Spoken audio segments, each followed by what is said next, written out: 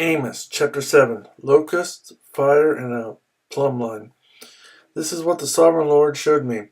He was preparing swarms of locusts after the king's share had been harvested, and just as the second crop was coming up.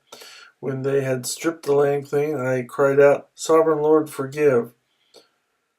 How can Jacob survive? He is so small." So the Lord relented. "This will not happen," the Lord said. This is what the sovereign Lord showed me. The sovereign Lord was calling for judgment by fire.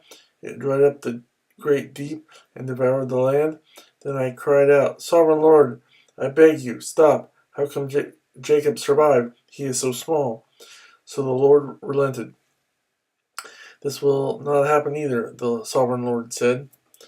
This is what he showed me. The Lord was standing by a wall that had been built true to Plumb, with a plumb line in his hand. And the Lord asked me, "What do you see, Amos?" "A plumb line," I replied. Then the Lord said, "Look, I am setting a plumb line among my people Israel.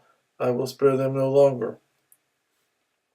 The high places of Isaac will be destroyed, and the sanctuaries of Israel will be ruined.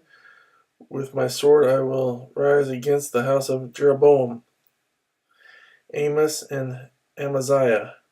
Then Amaziah the priest of Bethel sent a message to Jeroboam, king of Israel. "Amos is raising a conspiracy against you in the very heart of Israel. The land cannot bear all his words.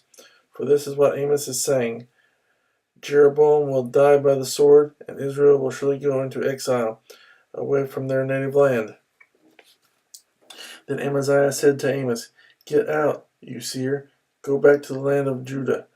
Earn your bread there and do your prophesying there. Don't prophesy any more at Bethel, because this is the king's sanctuary and the temple of the kingdom."